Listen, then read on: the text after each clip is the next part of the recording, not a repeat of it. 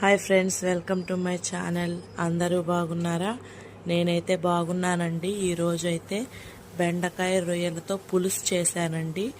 ఇది మన అమ్మమ్మలు నానమ్మలు కాలంలో తయారు చేసే సింపుల్గా ఉండే రెసిపీ అండి. ఇది చాలా టేస్ట్గా ఉంటుందండి ఈ కర్రీ అనేది. ఇప్పుడు మనం ఈ విధంగా సర్వ్ చేసుకొని టేస్ట్ ఎలా ఉందో చెప్తానండి. టేస్ట్ అయితే మాత్రం నెక్స్ట్ లెవెల్ అండి. అద్భుతంగా ఉంది. అస్సలు మామూలుగా లేదు. కర్రీ అయితే చాలా సింపుల్గా మనం ఈ విధంగా ప్రిపేర్ చేసుకోవచ్చండి.